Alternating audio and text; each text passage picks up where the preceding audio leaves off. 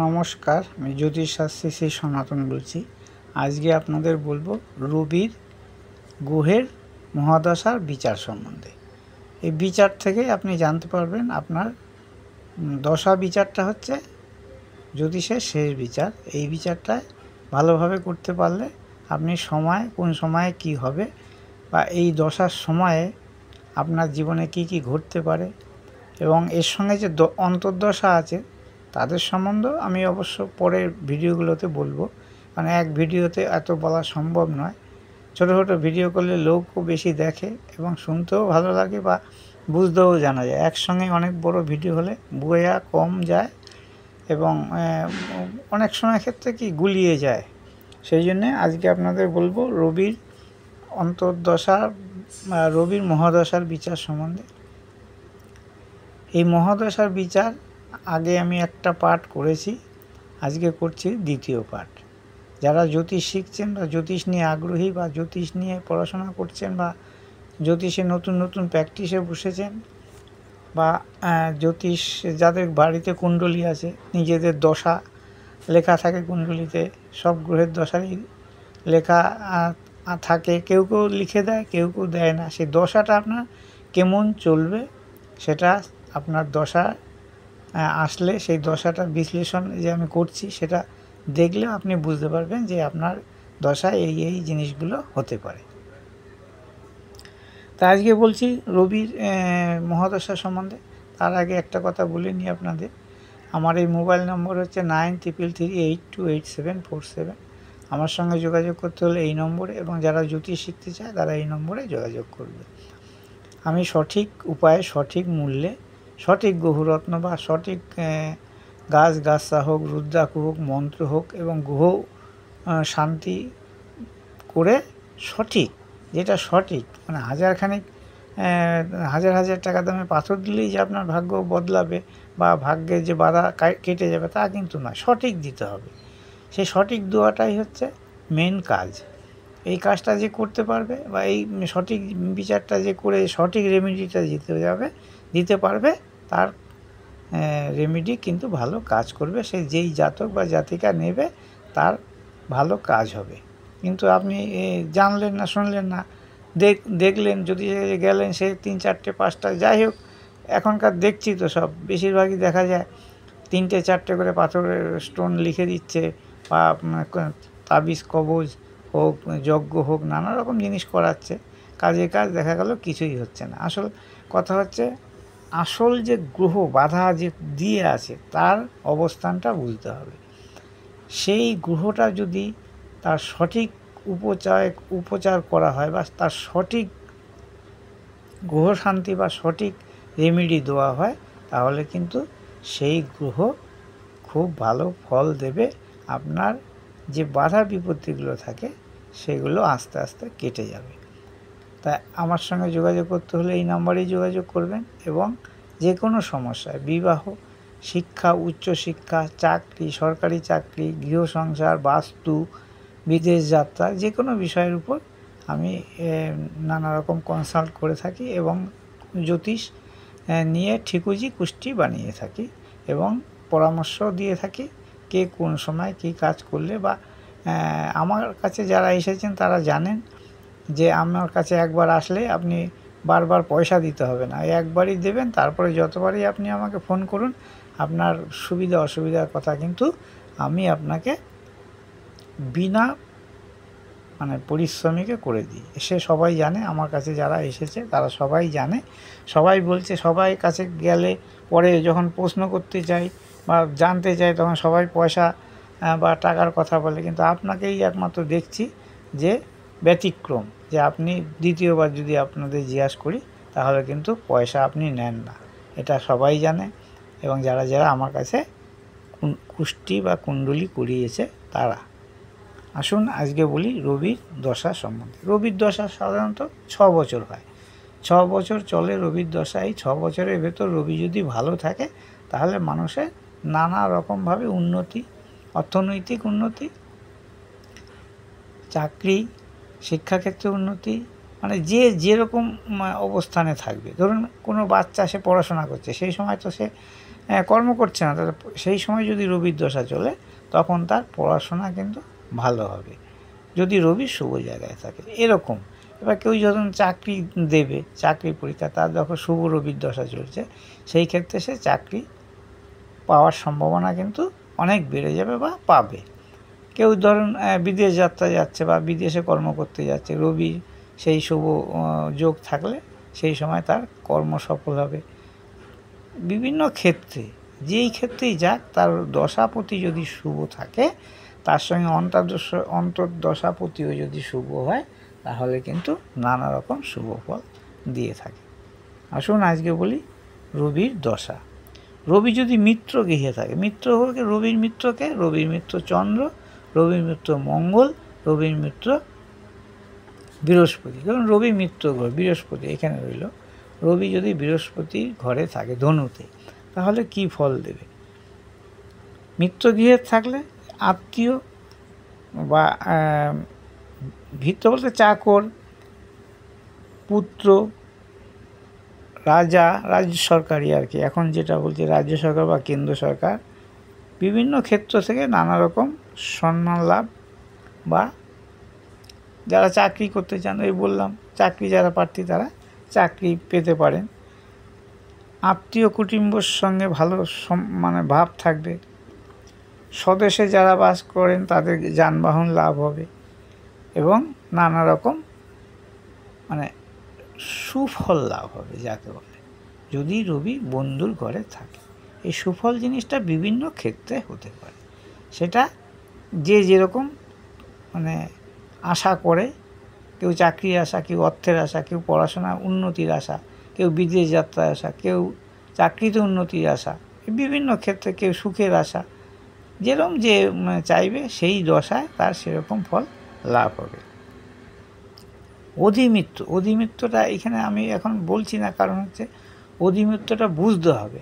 অধিমিত্রটা যদি না বোঝা যায় তাহলে তাৎকালীন অধিমিত্র, এই জন্যে আপনাকে যে নবতারা চক্র আছে সেইটা করলে তবে বোঝা যাবে অধিমিত্র ঘর।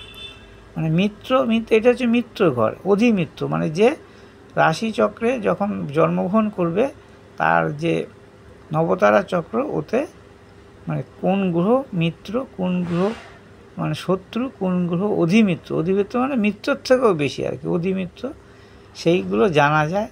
এবং সেটা যেহেতু আমি এখানে আপনাদের দেখাতে পারছি না, বা দেখাতে গেলে অনেক টাইম লেগে যাবে, তার একটা ছক চাই, ছক দিয়ে বোঝাতে হবে, নাহলে তো অধিমিত্র গ্রহ পাওয়া যাবে না। অধিমিত্র গ্রহ তার ছকে অধিমিত্র গ্রহ যেগুলো আসবে সেই গ্রহর দশায়, সেই মানে গ্রহর সঙ্গে যদি সেই গ্রহের ঘরে যদি থাকে, তাহলে সে অনেক সময় দেখা যায় কি শত্রু গ্রহ অনেক সময় মিত্র হয়ে যায় ওই জন্মকালীন, আবার মিত্র গ্রহ অনেক সময় শত্রু হয়ে যায়।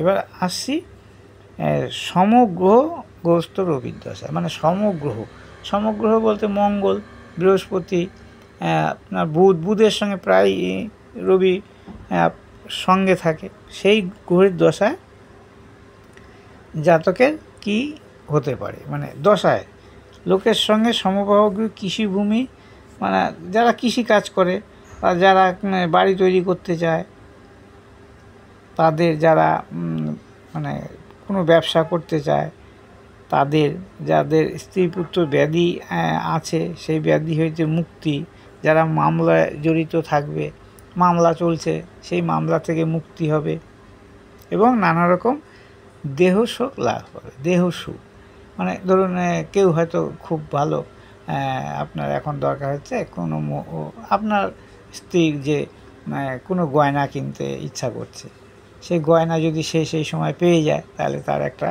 দেহসুখ বা মনের সুখ একটা লাভ হবে এই সমগ্রহস্থ রবির দশায়। নিজ গ্রহযুক্ত রবি, তা রবি যদি নিজ গ্রহযুক্ত, যারা ধরুন কোনো গ্রহ নিচু জায়গায় আছে, নিচু, তাহলে ধরুন নিচু জায়গায়, ধরুন এইখানে শনি আছে,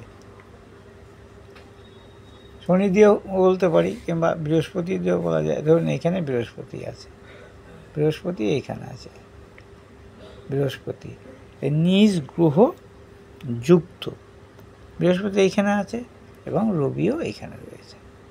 তাহলে বৃহস্পতি নিচস্থ হয়ে আছে, রবিও ওর সঙ্গে যুক্ত আছে। এই যে দশা, এই দশায় মানে নিজ গ্রহযুক্ত দশা হচ্ছে, এই দশায় নানা রকম ব্যাধি সৃষ্টি হতে পারে, লোকের মানে আশেপাশে ব্যক্তির সঙ্গে ঝামেলা বা আপনার পারিবারিক ঝামেলা হতে পারে, স্ত্রী পুত্রের বা আপনার সংসারে নানা রকম মানসিক বিকার বা রোগ হতে পারে, অর্থ নাশ হতে পারে, ব্যবসায় বা চাকরি ক্ষেত্রে নানা রকম অসুবিধা হতে পারে, এবং মানসিক অশান্তি, এবং নানা রকম কর্মক্ষেত্রে হোক, যে যেই ক্ষেত্রে থাকে, বললাম যে যেই ক্ষেত্রে থাকবে সেই ক্ষেত্রে তখন নানা রকম অসম্মান হতে পারে। এই রবি যদি নিজ গ্রহ, রবি বৃহস্পতি বন্ধু, কিন্তু যেহেতু বৃহস্পতি এখানে নিচস্থ, তার সঙ্গে রবি যুক্ত, সেই জন্যে নিজ গ্রহযুক্ত রবির দশায় নিচ। এবার কী হচ্ছে, উচ্চ গ্রহযুক্ত রবির দশায়, উচ্চ গ্রহ, ধরো বৃহস্পতি এখানে রয়েছে, বৃহস্পতি এখানে উচ্চস্থ, এখানে রবি রয়েছে, তাহলে কি হবে, তাহলে উচ্চ গ্রহযুক্ত রবির দশা মানে উচ্চস্থ আর কি, যেটা আমরা বলছি, সেই গ্রহের দশায় নিজে বুদ্ধিতে কাজ করলে মনের আনন্দ বা কর্মে নানা রকম সম্মান লাভ বা সুখ লাভ হবে। তীর্থ ভ্রমণ যারা করছেন তাদের তীর্থ ভ্রমণ ভালো হবে, এবং নানা রকম কর্ম বা ব্যবসা বা শিক্ষা, আপনি যেই বিভাগে যেটা চাইছেন সেই সব ক্ষেত্রে কিন্তু আপনার সুফল লাভ হবে। এবং কেউ যদি মনে করে যে আমি গাড়ি ক্রয় করব, সেই সময় গাড়ি ক্রয়ের যোগ থাকলে গাড়ি আপনি ক্রয় অবশ্যই করতে পারবেন। এই হচ্ছে দশাদের বিচার। এবার দশা বিচার করতে গেলে একটা পার্টে হয় না, কারণ অনেক পার্ট করলে তবে পুরোপুরি দশা বিচার ভালোভাবে করা যায়। তো এইখানে আমি বলছি এবার কি, পাপ গ্রহযুক্ত রবির দশা, ধরুন এখানে আপনার শনি রইল বা রাহুর সঙ্গে রবি, রাহু যুক্ত রবি, এখানে রবি উচ্চস্থ হয় জানি, সবাই জানে, কিন্তু যদি রাহু যুক্ত থাকে তাহলে কিন্তু দশায় কিন্তু পাপ গ্রহ বলতে কাদের বোঝায়, শনি, রাহু, কেতু, মঙ্গল, এসবদের পাপ গ্রহ বোঝায়। এইসব গ্রহের দশায় যদি রবি এদের সঙ্গে যদি যুক্ত থাকে তাহলে বুদ্ধি নাশ হবে, মনে সর্বদা ক্লেশ থাকবে, দুশ্চিন্তা থাকবে, মানে কুৎসিত মনোভাব জন্মাবে, নানা রকম কুৎসিত ব্যবহার বা কুৎসিত বস্ত্র ব্যবহার করবে আর কি, বুদ্ধির জন্যে, নিজের বুদ্ধির জন্যে নিজেই মানে অর্থনাশ পাবে, হয়তো নিজে জুয়া খেলতে, বুদ্ধি বলতে তখন নানা রকম কুবুদ্ধি জন্মাবে, তার কারণে আপনার হয়তো জুয়া খেলছেন, সেই জুয়াতে অর্থনাশ, নানা রকমভাবে এই মদ, এখন যেটা চলছে বাজারে বলতে এখন সমাজে, যে মদ খেয়ে অর্থনাশ করছে, বন্ধুবান্ধব নিয়ে মদ খেয়ে অর্থনাশ, কিংবা আরও সব আছে, এগুলো বলতে চাই না, সেই সব ক্ষেত্রে কিন্তু আপনার ধন হানি বা অর্থনাশ যোগ হবে, এবং শরীরে নানা রকম রোগের উৎপত্তি হবে, শরীর রোগা হয়ে যাবে, এবং যেই সব কর্ম মানুষ করছে বা যেই সব বিষয়ে মানুষের আশা করতে চাইছে বা হয় যাতে, সেই ক্ষেত্রে জাতকের বা জাতিকার শুভ ফল কিন্তু লাভ হবে না এই পাপ গ্রহযুক্ত রবির দশায়। শুভ গ্রহযুক্ত রবির দশায় কী হবে, শুভ গ্রহকে, শুভ গ্রহ শুক্র, শুভ গ্রহ বৃহস্পতি, শুভ গ্রহ বুধ, মানে সময় উপেক্ষা, শুভ গ্রহ চন্দ্র, মানে চন্দ্র সময় হিসাবে, যেমন অমাবস্যার চন্দ্র শুভ গ্রহ নয়, আবার এই পূর্ণিমার চন্দ্র হচ্ছে শুভ গ্রহ। এইসব গ্রহের দশায় তাহলে কি হবে না, এইসব গ্রহের দশায় নানা রকম ভূ সম্পত্তি লাভ হতে পারে, বস্ত্র লাভ হতে পারে, আত্মীয় বন্ধু বান্ধব সঙ্গে আনন্দ মিলন, ভ্রমণ, গৃহে কল্যাণমূলক কাজ এবং কোনো ব্যক্তি বা কারোর সঙ্গে আপনি কোথাও গেলেন, তার সঙ্গে মধুর যে ব্যবহার বা আলাপ আলোচনা, এগুলো কিন্তু সেই সময় হতে পারে। এবং রবি যদি বলবান থাকে তাহলে অনেক সময় কি হয় যে খারাপ, যে রবি যদি বলবান থাকে তাহলে খারাপ যে জায়গাটা সেটা কিছুটা কম হয়। মানে কম হয় কীরকম, রবি বলবান থাকলে হয়তো মানে শনি গ্রহ বা রাহু গ্রহের সঙ্গে যুক্ত, এই যে কুগ্রহ বা অশুভ গ্রহ দশা বলছি, সেই দশাগুলোতে কিন্তু রবি বলবান থাকলে, যেমন রবি এখানে যদি রাহু যুক্ত হয়, যতটা খারাপ ফল হওয়ার কথা ততটা কিন্তু হবে না, কারণ রবি এখানে বলবান বা উচ্চস্থ। আজকে এই পর্যন্তই। আমার ভিডিওটা যদি ভালো লাগে অবশ্যই লাইক, শেয়ার, কমেন্ট করবেন এবং আমাকে সাবস্ক্রাইব করবেন, যাতে নতুন নতুন ভিডিও আপনাদের কাছে পৌঁছে যায়। নমস্কার।